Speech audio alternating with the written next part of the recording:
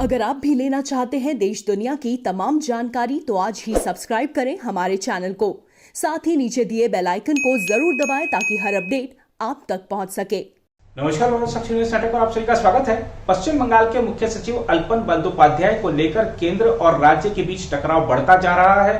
केंद्र सरकार ने आदेश दिया था कि अल्पन बंदोपाध्याय दिल्ली में आकर रिपोर्ट करें, क्योंकि उनका तबादला अब दिल्ली कर दिया गया है, उनको दिल्ली वापस बुला लिया गया है। ममता बनर्जी ने अल्पन बंदोपाध्याय को दिल्ली भेजने से इनकार कर दिया है और कहा है कि उनकी यहां जरूरत है और वो यहीं पर कार्य करते रहेंगे। ममता बनर्जी ने 5 पन्नों की एक चिट्ठी प्रधानमंत्री नरेंद्र मोदी को लिखी है। क्या लिखा है इस चिट्ठी में आपको विस्तार से बताएंगे। साथ ही बात करेंगे विपक्षी दलों की। विपक्षी दल कांग्रेस और आम आदमी पार्टी ममता बनर्जी के साथ खड़ी हो गई है और कहा है कि केंद्र सरकार ने जो आदेश दिया है पश्चिम बंगाल के मुख्य सचिव को दिल्ली वापस बुलाने का, वो असंवैधानिक है। क्या कहा है विपक्षी पार्टियों ने, ये भी बताएंगे। और साथ ही नियम क्या कहते हैं, जो पूर्व नौकरशाह हैं वो क्या कहते हैं, इस मुद्दे पर जानना आपके लिए बहुत जरूरी है। आज की इस रिपोर्ट में इस मुद्दे पर भी बात करेंगे। सबसे पहले बात करते हैं पश्चिम बंगाल की मुख्यमंत्री ममता बनर्जी के उस पत्र की जो उन्होंने प्रधानमंत्री नरेंद्र मोदी को लिखा है, और माना जा रहा है कि इस पत्र के बाद इस मुद्दे पर तल्खी और बढ़ेगी। पश्चिम बंगाल के मुख्य सचिव अल्पन बंदोपाध्याय को दिल्ली बुलाने के केंद्र के आदेश को असंवैधानिक करार देते हुए राज्य की मुख्यमंत्री ममता बनर्जी ने प्रधानमंत्री नरेंद्र मोदी को पत्र लिखकर यह आदेश वापस लेने का अनुरोध किया है। ममता बनर्जी ने यह भी कहा कि उनकी सरकार बंदोपाध्याय को कार्य मुक्त नहीं कर रही है।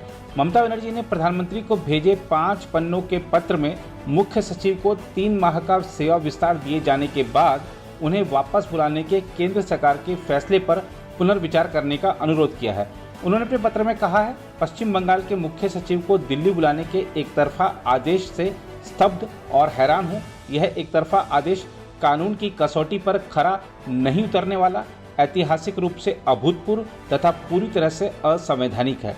5 पन्नों के पत्र में ममता बनर्जी ने लिखा है, पश्चिम बंगाल सरकार इस गंभीर समय में मुख्य सचिव को कार्यमुक्त नहीं कर सकती, न ही उन्हें कार्यमुक्त कर रही है।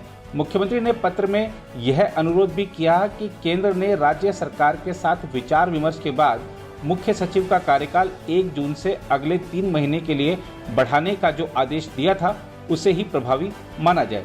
उन्होंने प्रधानमंत्री से कहा, मैं आपसे विनम्र अनुरोध करती हूं कि अपने फैसले को वापस लें और पुनर्विचार करें, व्यापक जनहित में तथा कथित आदेश को रद्द करें। मैं पश्चिम बंगाल की जनता की ओर से आपसे अंतरात्मा से तथा अच्छी भावना से काम करने की अपील करती हूं। उन्होंने कहा कि संघीय सहयोग, अखिल भारतीय सेवा तथा इसके लिए बनाए गए कानूनों के वैधानिक ढांचे का आधार स्तंभ है। ममता बनर्जी ने प्रधानमंत्री को भेजे पत्र में कहा, मुख्य सचिव को 24 मई को सेवा विस्तार की अनुमति देने और 4 दिन बाद के आपके एक पक्षीय आदेश के बीच आखिर क्या हुआ, यह बात समझ में नहीं आई। उन्होंने कहा, मुझे आशा है कि नवीनतम आदेश यानी मुख्य सचिव का तबादला दिल्ली करने का आदेश और कलई कुंडा में आपके साथ हुई मेरी मुलाकात का कोई लेना देना नहीं है। ममता बनर्जी ने कहा, मैं सिर्फ आपसे बात करना चाहती थी।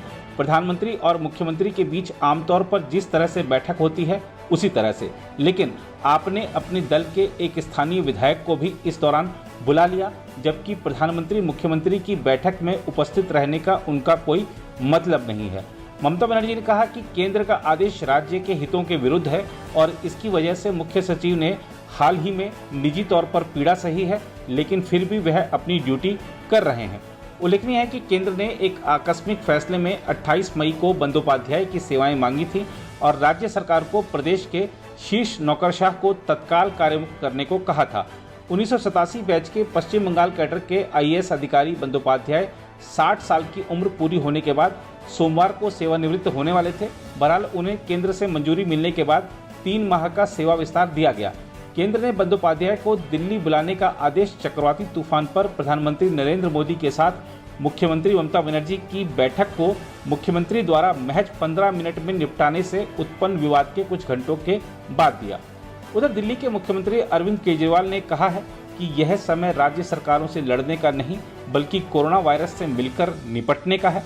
केजरीवाल ने पश्चिम बंगाल के मुख्य सचिव अल्पन बंदोपाध्याय का केंद्र द्वारा अचानक तबादला करने की खबरों के मद्देनजर यह बयान दिया। केजरीवाल ने ट्वीट किया, यह समय राज्य सरकारों से लड़ने का नहीं है, सबके साथ मिलकर कोरोना वायरस से लड़ने का है। यह समय राज्य सरकारों की मदद करने का है, उन्हें टीके उपलब्ध कराने का है।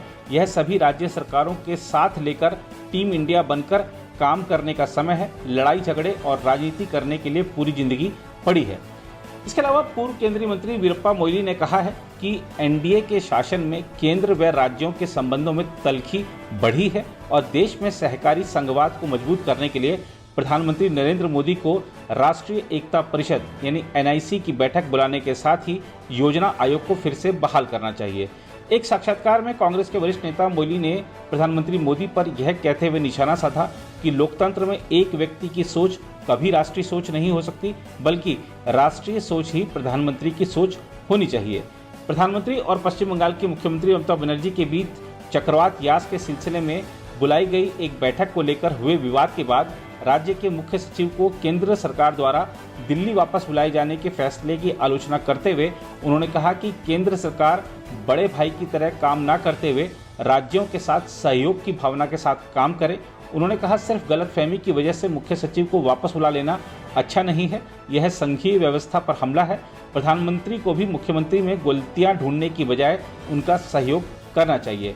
उन्होंने कहा भेदभाव करना खतरनाक चलन है और यह देश की एकता और अखंडता के लिए खतरा है। हम हर चीज का राजनीतिकरण करने लगते हैं। प्रधानमंत्री अपनी चुनावी रैलियों में डबल इंजन की सरकार की बात करते हैं। उनका यह कहना भी खतरनाक है। यदि कोई राज्य विपक्ष शासित है तो क्या वह सिंगल इंजन है और भाजपा शासित राज्य है तो क्या वह डबल इंजन है? संघीय व्यवस्था में यह कैसे हो सकता है? यह कहना ही आपके भेदभाव को दर्शाता है। वीरप्पा मोइली ने कहा कि यह उचित समय है कि सरकार एनआईसी की बैठक बुलाए। आज की तारीख में ऐसी कोई संस्था नहीं है जो पूरे देश की भावना को प्रदर्शित करती हो। उन्होंने कहा मतभेदों के चलते इसे भुला दिया गया है, जबकि इसकी बैठकें राज्यों को एकता के सूत्र में बांधती थीं। सहकारी संघवाद को मजबूत करने के लिए राष्ट्रीय एकता परिषद सर्वश्रेष्ठ मंच है, इसे फिर से बहाल करना होगा। उल्लेखनीय है कि एनआईसी का गठन तत्कालीन प्रधानमंत्री जवाहरलाल नेहरू ने राष्ट्रीय एकता सम्मेलन के उपरांत वर्ष 1961 में किया था। इसका उद्देश्य सांप्रदायिकता, जातिवाद, क्षेत्रवाद, भाषावाद और संकीर्णता की बुराइयों से निपटना था। एनआईसी की पहली बैठक वर्ष 1962 में हुई थी। मोइली ने नीति आयोग पर भी सवाल उठाए और कहा कि यह महज केंद्र सरकार का एक विभाग बनकर रह गया है, जिसके पास ना तो कोई स्वायत्तता है और ना ही स्वतंत्रता। उन्होंने कहा योजना आयोग वित्तीय एकता के लिए था तो राजनीतिक एकता के लिए राष्ट्रीय एकता परिषद। योजना आयोग स्वायत्त था, उसके पास शक्तियां थी, लेकिन इसकी जगह नीति आयोग ने ले ली है, जो केंद्र सरकार का महज एक विभाग बनकर रह गया है। इसकी कोई स्वायत्तता नहीं है और न ही स्वतंत्रता है। योजना आयोग सर्वश्रेष्ठ था और उसने देश की सेवा की है, इसे पुनर्जीवित करना होगा। वरिष्ठ नेता ने कहा कि प्रशासनिक सुधार आयोग के अध्यक्ष के रूप में उन्होंने आपदा प्रबंधन सहित विभिन्न पहलुओं पर 15 सुधारों की रिपोर्ट दी थी, लेकिन इसे सरकार ने भुला दिया है। उन्होंने कहा वर्ष 2014 के बाद बनी मोदी सरकार का सबसे दुर्भाग्यपूर्ण पहलू यह है कि संस्थागत मामलों में उसकी याददाश्त कमजोर है, जबकि कांग्रेस ने हमेशा इसे अपने जेहन में रखा। देश को राजनीतिक याददाश्त नहीं, संस्थागत याददाश्त की जरूरत है, उसे यह याद दिलाना पड़ेगा। उन्होंने कहा कि विभिन्न सुधारों पर जो 15 रिपोर्ट सरकार को सौंपी गई हैं, उन्हें लागू करना होगा। दूसरी ओर पूर्व शीर्ष नौकरशाहों और विधि विशेषज्ञों का मानना है कि केंद्र सरकार के लिए पश्चिम बंगाल के मुख्य सचिव अल्पन बंदोपाध्याय को सेवानिवृत्त होने के दिन दिल्ली बुलाने के अपने आदेश का अनुपालन कराना मुश्किल हो सकता है, क्योंकि राज्य सरकार अपने अधिकारों का प्रयोग करते हुए उन्हें कार्यमुक्त करने से इनकार कर सकती है।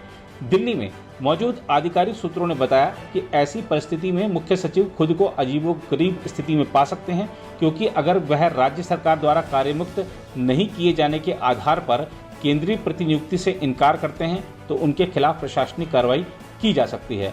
भारत सरकार के पूर्व सचिव जवाहर सरकार ने कहा, राज्य सरकार ऐसे तबादलों को नियंत्रित करने वाले अखिल भारतीय सेवा नियमावली को रेखांकित कर विनम्रता से जवाब दे सकती है।